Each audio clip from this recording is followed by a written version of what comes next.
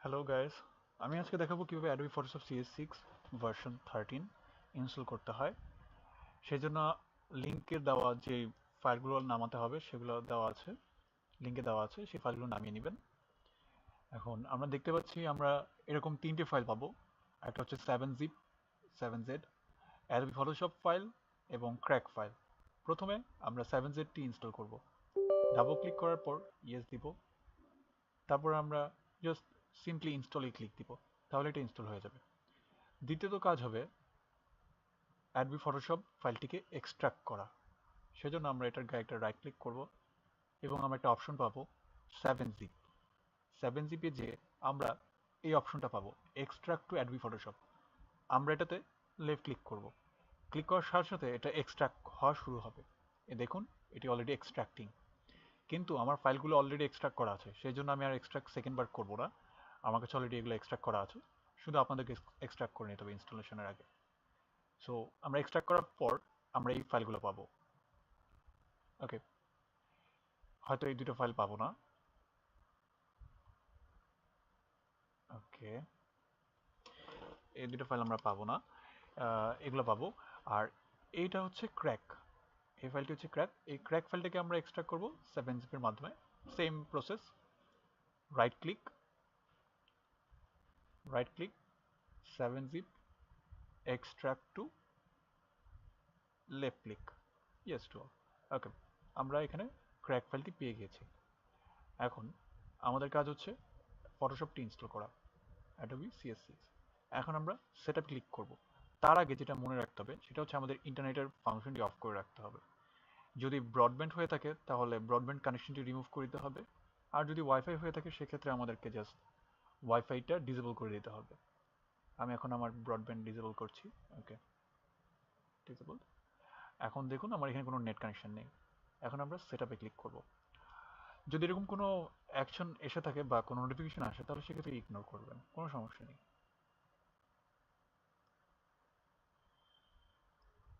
তো অপেক্ষা করতে হবে। ওকে, নাও আমরা সিলেক্ট করব I want to try Adobe Photoshop for a limited time. Okay, accept. এখন দেখুন এখানে দুটি ভার্সন দেখা যাচ্ছে। এটি হচ্ছে 32 বিট, এটি হচ্ছে 64 বিট। এটা 64 বিট লেখা আছে, সেক্ষেত্রে আমরা শুধু 64 বিট ইনস্টল করব।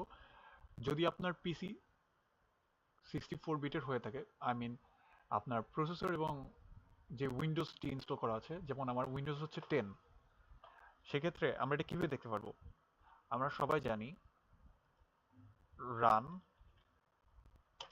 এখানে লিখে আসে, সরি, আমরা এভাবে না, ঠিক, আমরা প্রথমে মাই কম্পিউটারে যাব। মাই কম্পিউটার যাওয়ার পর মাউসের রাইট ক্লিক, দেন প্রপার্টিজ। এখান থেকে ক্লিক করার পর আমরা এখানে দেখতে পারবো যে আমাদের অপারেটিং সিস্টেমটা কোনটা, 64 বিট নাকি 32 বিট। এই যে সিস্টেম টাইপ, এখানে আমরা দেখে নেব যে আমাদের অপারেটিং সিস্টেমটা কোন বিটে চলছে। তো আমারটা চলছে 64 বিট, সেক্ষেত্রে আমি শুধুমাত্র 64 বিট ইনস্টল করবো। এছাড়া আপনারা 32 বিটও ইনস্টল করতে পারেন, দুইটা একসাথে রাখতে পারেন, কোনো সমস্যা নেই। আমি শুধু শুধু জায়গা ওয়েস্ট করতে চাচ্ছি না, সেই জন্য আমি শুধু 64 বিট দিব। Okay, then I will click install. Okay, it will install in a few moments.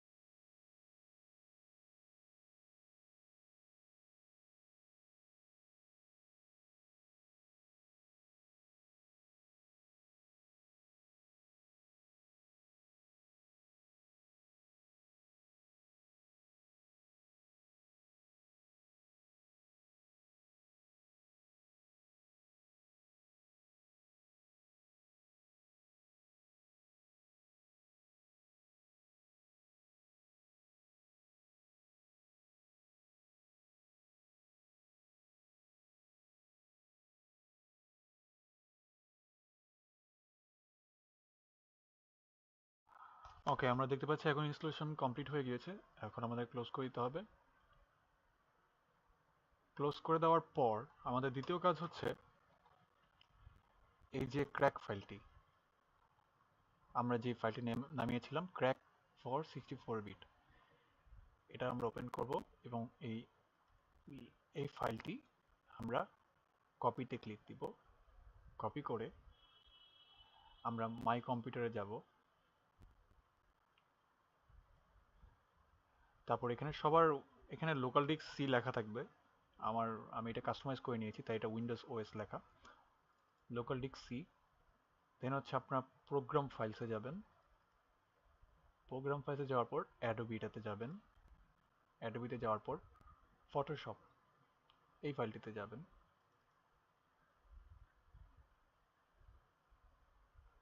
তারপর এটি ওপেন করবেন। এখনই পেস্ট করা যাবে না ফাইলটা, এটা ওপেন করবেন।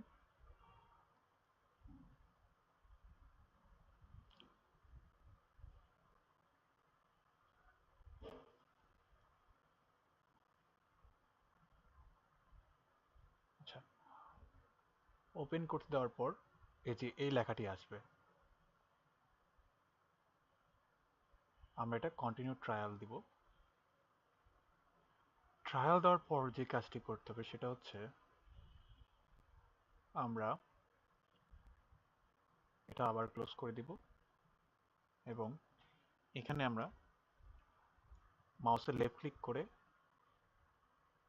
মাউসের রাইট ক্লিক করে পেস্ট করে নিব। রাইট ক্লিক, ওকে। এই ফাইলটি দেখাবে যে অলরেডি আছে, কিন্তু আপনারা কি এটা রিপ্লেস করতে চান? আমরা দিব ইয়েস, অবশ্যই রিপ্লেস, দেন কন্টিনিউ, ওকে। এখন আমরা একটা শর্টকাট ক্রিয়েট করে নিব ডেস্কটপে। ক্রিয়েট এ শর্টকাট,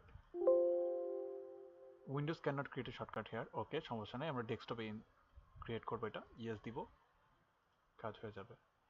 এখন আমাদের কাজ হচ্ছে ডাবল ক্লিক করলেই এটা ওপেন হবে এবং এটা এখন হচ্ছে একটা কমপ্লিট ফটোশপ CS6 ভার্সন।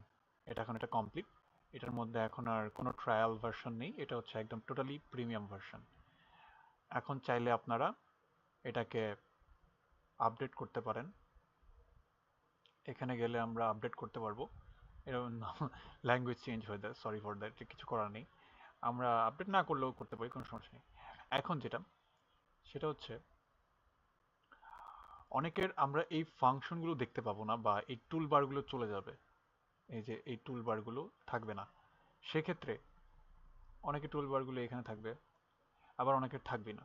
তখন আমরা কি করব, ফটোশপে ঢোকার পর উইন্ডোতে ক্লিক করব, তারপর ওয়ার্ক স্পেসে যাব, তারপর যে ইসেনশিয়াল ডিফল্ট এটাতে ক্লিক দিব। এটাতে ক্লিক দিলেই আমরা আবার পুনরায় এই জিনিসগুলো দেখতে পারবো। এছাড়া আমাদের যদি কোনো কিছু এক্সট্রা লাগে সেগুলো আমরা এই যে উইন্ডো মেনু বার থেকে আমরা এই জিনিসগুলো নিয়ে আসতে পারি খুব সহজেই। যেভাবে ধরুন টাইমলাইন ক্লিক করার সাথে সাথে এই যে আমরা নিচে একটা ফাংশন দেখতে পাচ্ছি, তাই না? এটা কিন্তু একটু আগে আমার ছিল না, এখন এটা আছে। তাহলে আমাকে কি করতে হবে, উইন্ডোতে যে আবার টাইমলাইনে ক্লিক করে দিলে এটা আবার চলে যাবে। এখন আমরা যদি ফুল স্ক্রিনে কাজ করতে চাই তাহলে সেটা হচ্ছে ক্লিক দেওয়ার সাথে সাথে ফুল স্ক্রিন হবে এবং যা দেখানোর তা মোটামুটি কাজ শেষ। তো এইটুকুই, দেন আপনারা আপনাদের ইন্টারনেটটা চালু করে নিতে পারেন, কোনো সমস্যা নেই। একদম কাজ শেষে ইন্টারনেটটা চালু করে নেবেন, আপনার যার যার ওয়াইফাই আছে তাদের কাজটা। ওকে, আশা করি আপনারা সবাই পারবেন। ভিডিওটি দেখার জন্য ধন্যবাদ।